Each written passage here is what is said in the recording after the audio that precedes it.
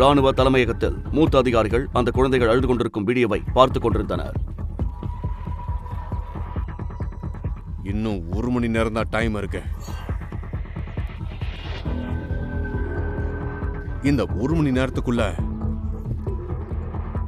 என் ஆளுங்களுக்கு ஒரு ஹெலிகாப்டர் வேணும். கூடவே 1000 கோடி ரூபாயும் வேணும். உண்மையில் ராணுவ பள்ளி மாணவர்களின் வேன் கடத்தப்பட்டது. அதில் பெரிய அதிகாரிகளின் குழந்தைகள் இருந்தனர். ஜெனரல் பக்ஷியின் பேத்தியும் அந்த வேனில் இருந்தார். அவர்களை காப்பாற்ற இந்தியாவின் சிறந்த கமாண்டோக்கள் அழைக்கப்பட்டனர். கயல், இந்த ஆபரேஷனுக்கு நீங்க தான் இன்சார்ஜ். Yes sir.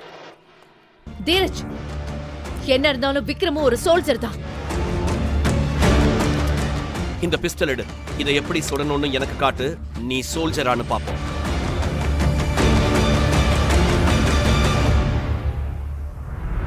ஒரு சோல்ஜரா இருந்துட்டு துப்பாக்கியை எப்படி பிடிக்கணும்னு கூட தெரியலையா? உனக்கு வெக்கமா இல்ல? எனக்கு ட்ரைனிங் எடுக்க சான்ஸே கிடைக்கல. அப்புறம் ஆர்மிக்குள்ள போய் ஈ ஓடிட்டு இருந்தியா?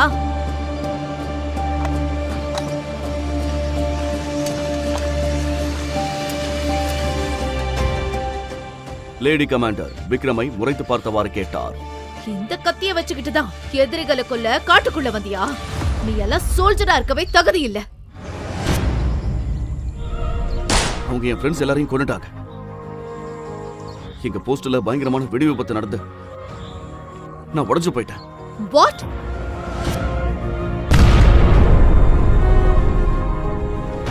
அப்புறம் நீ எப்படி உயிர் தப்பிச்ச? போஸ்ட்ல ரேஷன் தீர்ந்து போச்சு. என்ன ரேஷன் வாங்கிட்டு வர சொல்லி வேற ஒரு போஸ்ட்டுக்கு அனுப்பிச்சாங்க. நான் திரும்பி வரதுக்குள்ள ஒரு பெரிய வெடி சத்தத்தோட எல்லாமே முடிஞ்சு போச்சு. அப்போ இத பத்தி ரெஜிமெண்ட்ல சொல்லலையா? இல்ல, ஏன்னா என் கூட இருந்தவங்க ரத்தத்தை குடிச்சவனோட கணக்க தீக்கணும்னு நினைச்சேன். ஒருத்தன் தகுதிக்கு ஏத்த மாதிரி தான் எதையும் செய்யணும். நீ ஒரு சோல்ஜரா இருக்க தகுதியானவ இல்ல. ஆர்மியோட பேருக்கே நீ ஒரு அவமானம். யார் சிபாரிசு பண்ணாங்கன்னு தெரியல. இது வரைக்கும் வந்துட்டேன். விக்ரம் இதற்கு எந்த பதிலும் சொல்லவில்லை. உண்மையில் அவன் அந்த காட்டில் எதிரிகளை தேடிக்கொண்டு அவன் அங்கே வந்தபோது சில பயங்கரவாதிகள் அவனை தாக்கினர். இந்த லேடி கமாண்டர் தான் அவனது உயிரை காப்பாற்றினார். இதற்கிடையில் புதர்களுக்கு பின்னால் இருந்து யாரோ வருவதை கயல் கவனித்தார். ஒரு சத்தம் கேட்டது. நீ பின்னாடி போ. இங்க நிறைய எதிரிங்க ஒளிஞ்சிருக்காங்க. இப்ப என் கூட சண்டைக்கு வரியா? கோழிங்க கிட்ட பேசிக்கிட்டு இருக்க மாட்டேன். நேரடியா ஆக்ஷன்ல இறங்கு. அதன் பிறகு கயல் சுடத் தொடங்கினார்.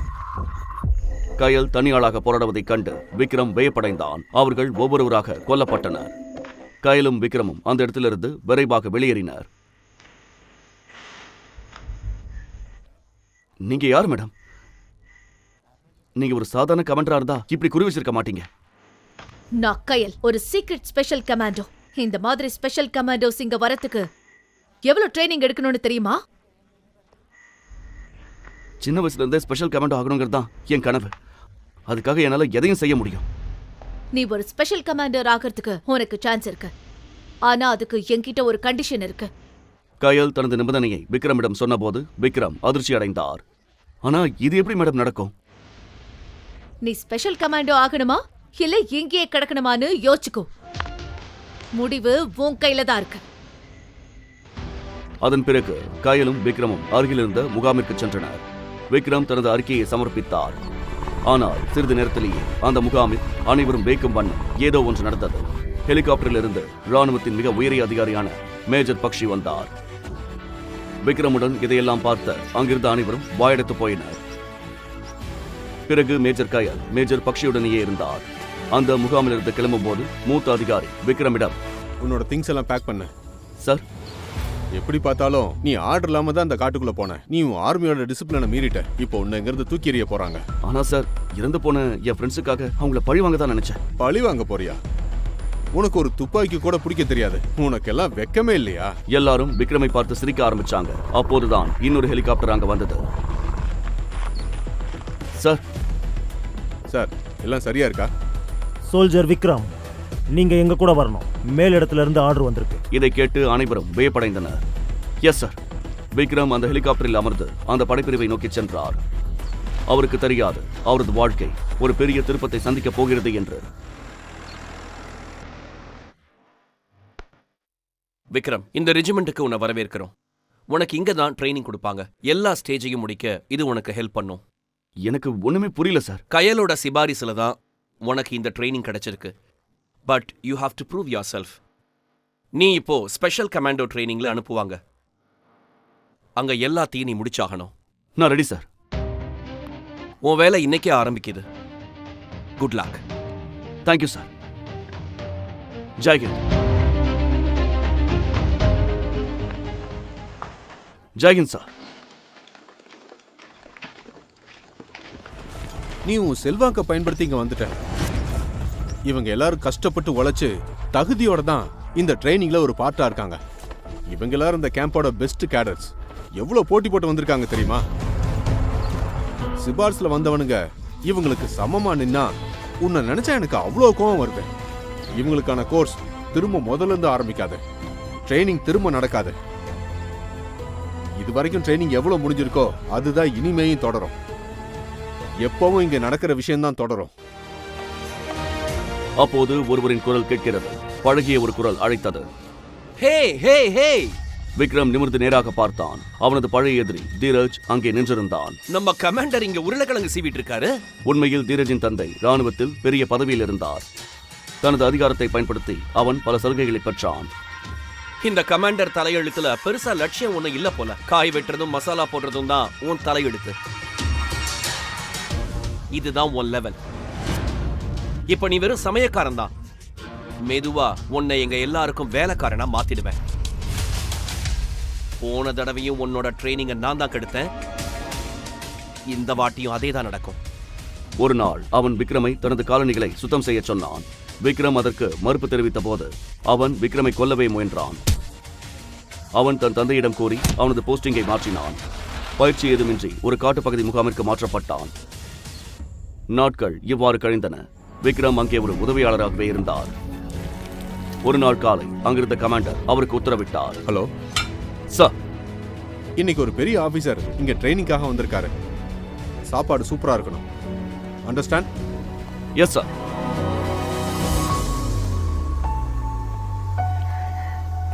நான் மேஜர் சாக்ஷி. இன்னைக்கு தான் உங்களுக்கு ரொம்ப பெரிய டெஸ்ட் இருக்கு. Are you ready cadets? இதற்கிடையில் விக்ரம் ஒரு தட்டு நிறைய உணவை மேசையின் மீது வைத்தார். இதைக் கண்டு சாக்ஷியின் ரத்தம் கொதித்தது. சோல்ஜர், இங்க வாங்க. ட்ரைனிங் டைம்ல நீ சமையல் பண்ணிட்டு இருக்க. இன்னைக்கு பெரிய ஷெஃப் ஆயிட்டியா? மேடம், இவன் தான் இங்க இருக்கிறதுலயே இன்டிசிப்ளின் அண்ட் ஒர்த்லெஸ் கேடட். இவனுக்கு பயிற்சி பண்றதுனாலே அலர்ஜி. இவன் எப்பவும் கிச்சன்ல ரொட்டி சுட்டுட்டு தான் இருப்பான். உனக்கெல்லாம் வெக்கமா இல்ல? இங்க வர்றதுக்கு எத்தனை பேர் கனவு காண்றாங்க தெரியுமா? ஆனா நீ டைம் பாஸ் பண்ணிட்டு இருக்க. மேடம், இவன் ரெக்கமெண்டேஷன்ல வந்தவன். இவனால ஒரு புண்ணியமும் இல்ல. நான் என்ன உனக்கு நல்ல நேரம் பார்த்து சொல்லணுமா? போ, கிரவுண்டுக்கு போய் பிராக்டிஸ்க்கு நில்ல. கோ கோ. அவனும் மைதானத்திற்கு சென்று கேடட்களுடன் நின்றான். இதை பார்த்த அனைவரும் விக்ரமை பார்த்து ரகசியமாக சிரித்தனர். கேடட்ஸ், இன்னைக்குதான் உங்களுக்கு பெரிய டெஸ்ட். பல வருஷங்களா இந்த டெஸ்ட்ல யாரும் பாஸ் பண்ணதே இல்ல. இந்த பேட்ச் மேல எனக்கு ரொம்ப எதிர்பார்ப்பு இருக்கு. இதுல பாஸ் ஆகுறவனுக்கு ஸ்பெஷல் கமாண்டோ ஆகிற தகுதி கிடைக்கும். Yes ma'am. அந்த உடன் போர்டை பாருங்க. நடுவுல ஒரு கருப்பு புள்ளி இருக்கு. நீங்க அந்த பிளாக் டாட்டை தான் குறி வைக்கணும். யாரு கரெக்டா குறி வைக்கிறாங்களோ அவங்க தான் டெஸ்ட்ல பாஸ் பண்ணுவாங்க. மேடம், நான் ஷூட் பண்றேன். நான் தான் இங்க இருக்கிறதுலயே பெஸ்ட் ஷூட்டர். இந்த டாஸ்க்ல கண்டிப்பா நான் ஜெயிப்பேன். குறி வச்சதுக்கு அப்புறமா அதை முடிவு பண்ணிக்கலாம். இதை கேட்டதும் தீரஜ் நிமிர்ந்து நேராக நின்றான். தீரஜ் முன்னே சென்று குறிவைத்தான். ஆனால் குண்டு பலகையில் கூட படவில்லை. ரொம்ப எதிர்பார்த்த. ஆனா போன வருஷம் மாதிரியே இந்த வருஷமும் யாரும் பாஸ் பண்ணல. நீங்க எல்லாரும் உங்க பொசிஷன்ல போய் நில்லுங்க. இது தங்களால் முடியாது என்பது இப்போது அனைவருக்கும் புரிந்தது. Anyone else? Yes ma'am. நான் ஒரு வாட்டி ட்ரை பண்ணலாமா? With your permission. இது என்ன? இங்க கத்தி கரண்டி வச்சு வேலை பண்றத பத்தி பேசிட்டு இருக்கோம். இது உனக்கு சரி வராது. நீ போய் காய்கறிகளை நறுக்கு. அமைதியா இருங்க. ஜவான், நீ ட்ரை பண்ண. இவன் சும்மா டைம் பாஸ் பண்றான். இவன் இது வரைக்கும் துப்பாக்கி கூட தொட்டது இல்ல. பாருங்க, இவனும் இந்த பேட்ச்ல ஒருத்தன்தான். இவனால முடியாதுன்னு எனக்கு தெரியும். இவனுக்கு ஒரு சான்ஸ் கொடுக்கறது என் கடமை.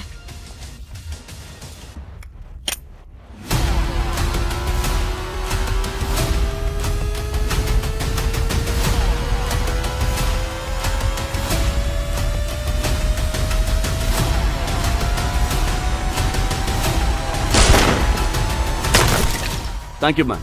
விக்ரம் குறிவைத்த உடனேயே அனைவரும் தங்கள் சுயநினைவை இழந்தது போல நின்றனர். விக்ரமின் இலக்கை கண்டு தீரஜ் வாயடைத்து போனான். குண்டு சரியாக அந்த புள்ளியை தாக்கியது.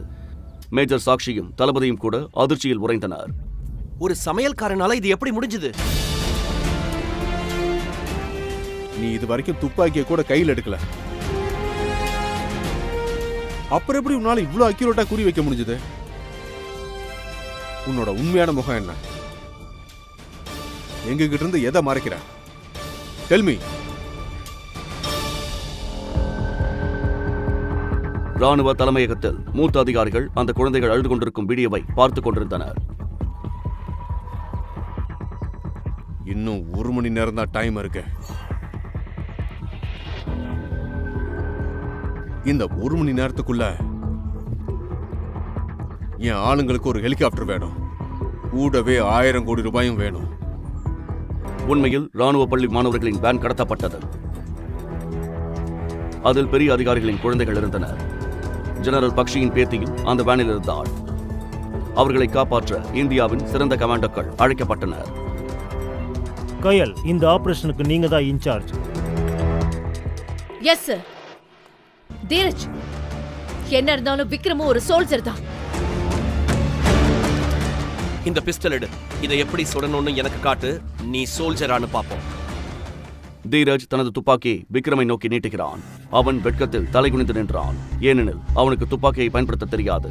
தீரஜ் அவனை துப்பாக்கி பயிற்சி பெற அனுமதிக்கவில்லை. இப்போ நீங்களே பாத்துட்டீங்கல்ல, இவன் எதுக்குமே லாய்க்கு இல்ல. இன்னும் இவனை கூட்டிட்டு போகணும்னு சொன்னீங்கன்னா இவன் சாமானையும் பணத்தையும் தூக்கதான் வரணும்.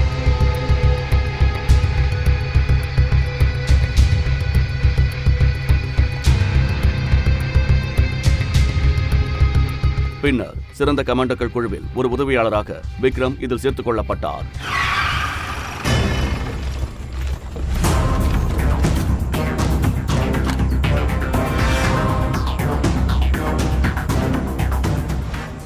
அனைத்து ஸ்னைப்பர் கமாண்டோக்களும் அவர்களை துப்பாக்கி முனையில் நிறுத்தினர். லெப்டினன்ட் தீரஜ் கத்தினார். வாட்ட முடிஞ்சது ஃபெரோஸ். நீங்க எல்லாரும் எங்க ஸ்னைப்பர்ஸோட டார்கெட்ல இருக்கீங்க. உங்க தலை கொஞ்சமாவது அசைஞ்சா கூட அது தர்பூசணி மாதிரி சதறிடும். உயிரோட இருக்கணும்னா சரணடைஞ்சிருங்க. ஏய், அங்கே நில்லுங்க. இந்த ரோட்ல நான் பாம்பு வச்சிருக்கேன். இந்த பஸ்லயும் தான். யாராவது ஒரு அடி முன்னாடி எடுத்து வச்சா எல்லாம் முடிஞ்சது. இதை அழுத்தினா எல்லாம் வெடிச்சு செதறிடும். பின்னாடியே நில்லுங்க. இதை கேட்டு கமாண்டோக்கள் காலடியில் பூமி நழுவது போல இருந்தது. Yes sir, I'm on it. Okay sir, show me.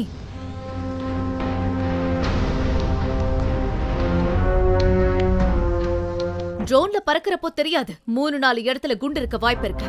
கயல், நாட்டோட டாப் ஆபீசரோட குழந்தைகளோட உயிர் ஊசலாடிக்கிட்டு இருக்கு. நீங்க ஒரு காரியம் பண்ணுங்க. அந்த உதவியாளரை பேச்சுவார்த்தைக்கு அனுப்புங்க. Okay sir, I'm on it. எங்க பாரு, உனக்கு ஒரு சான்ஸ் வேணும்னு கேட்டல, இப்போ கிடைச்சிருக்கு. உள்ள போய் அங்க என்ன நடக்குதுன்னு பாரு.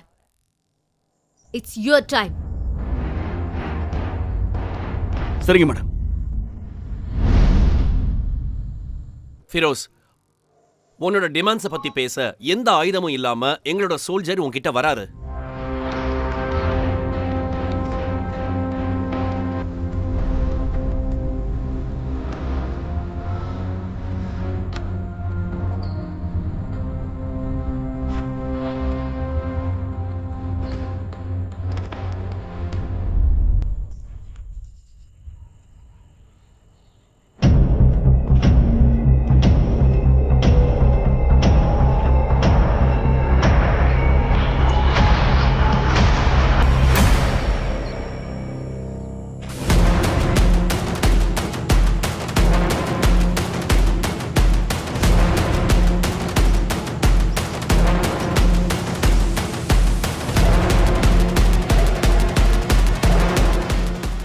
அந்த கொடூர பயங்கரவாதி ஃபெரோஸ் விக்ரமின் முகத்தை பார்த்தவுடன் அவனது கால்கள் நடுக்கத் தொடங்கின.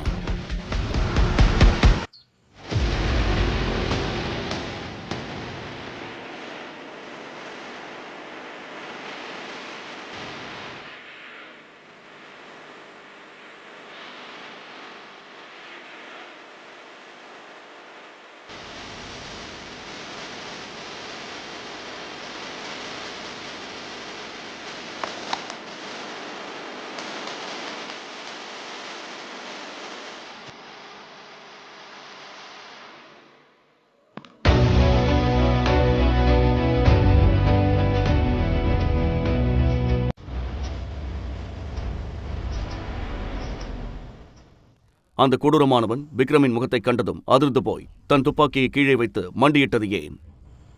ஒரு சாதாரண சமையல்காரனிடம் தீவிரவாதிகள் கைகூப்பி நிற்பது ஏன்? ஒரு சமையல்காரனை கண்டதும் மிக பெரும் பயங்கரவாதி நடுங்கியது ஏன்? எதற்காக அவன் விக்ரமிடம் உயிர் பிச்சை கேட்டான்? யார் இந்த ஷெஃப் விக்ரம்? அவன் மறைக்கும் ரகசியம் என்ன? மீதி கதையை தெரிந்து கொள்ள காத்திருங்கள். மேலும் கமாண்டர் விக்ரமின் அனைத்து பகுதிகளையும் கேட்க பாக்கெட் ஆஃப் மேப்பை டவுன்லோட் செய்யுங்கள். லிங்க் டிஸ்கிரிப்ஷனில் கொடுக்கப்பட்டுள்ளது.